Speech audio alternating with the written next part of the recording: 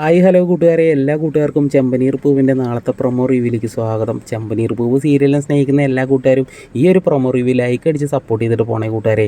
അങ്ങനെ നമ്മുടെ സച്ചിയും ശ്രീകാന്തും സുധിയൊക്കെ കൂടിയിട്ട് ടെറസിൻ്റെ മുകളിൽ പോയിരുന്നു സംസാരിച്ചുകൊണ്ടിരിക്കുകയാണ്. സുധിയാണെങ്കിൽ ശ്രീകാന്തിനോടും സച്ചിയോടും പറയുന്നത്, എടാ നമ്മൾ ഒരിക്കലും ഭാര്യമാരെ പേടിക്കാനേ പാടില്ല, നമ്മൾ ധൈര്യമായിട്ട് നിൽക്കണമെന്ന് പറയുകയാണ്. ആ സമയത്താണെങ്കിൽ നമ്മുടെ ശ്രുതിയാണെങ്കിൽ ശ്രുതിക്ക് കോൾ ചെയ്യാനോട്ടോ സുഹൃത്തുക്കളെ.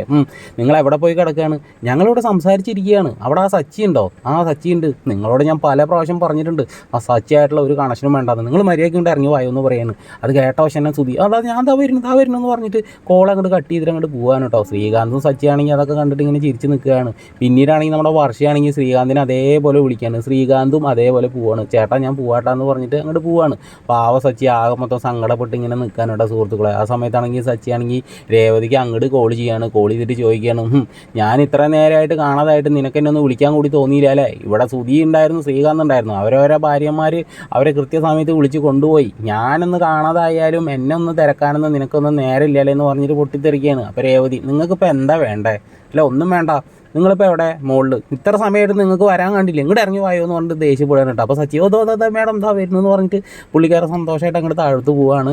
പിന്നീടാണെങ്കിൽ കാണിക്കുന്നത് നമ്മുടെ ചന്ദ്രമതി ആണെങ്കിൽ രേവതിയോട് പൊട്ടിത്തെറിച്ചുകൊണ്ട് പറയുകയാണ്, നിനക്കല്ലെങ്കിലും ഇത്തിരി വായുനാവ് കൂടുതലുണ്ട്, നീയോ ഒതുങ്ങിക്കോ, നിൻ്റെ വായുനാവും കൊണ്ട് എൻ്റെ അടുത്ത് അധികം വരണ്ടെന്ന് പറയുന്ന സമയത്ത് രേവതി ആണെങ്കിൽ, എനിക്ക് വായുനാവൊന്നും അധികമില്ലല്ലോ, എനിക്ക് സാധാരണ നാവുള്ളൂ, ഇതേ ഇങ്ങോട്ട് നോക്കിയെന്ന് പറഞ്ഞിട്ട് ഇതേന്ന് പറഞ്ഞിട്ട് നാവ് അങ്ങോട്ട് കാണിച്ചു കൊടുക്കാൻ കേട്ടോ സുഹൃത്തുക്കളെ. അപ്പോൾ എല്ലാവർക്കും ഈ ഒരു ചെറിയൊരു പ്രൊമോ റിവ്യൂ ഇഷ്ടമാണെങ്കിൽ ഒന്ന് ലൈക്ക് അടിച്ചും സബ്സ്ക്രൈബ് ചെയ്തൊന്ന് സപ്പോർട്ട് ചെയ്യണം കൂട്ടുകാരെ.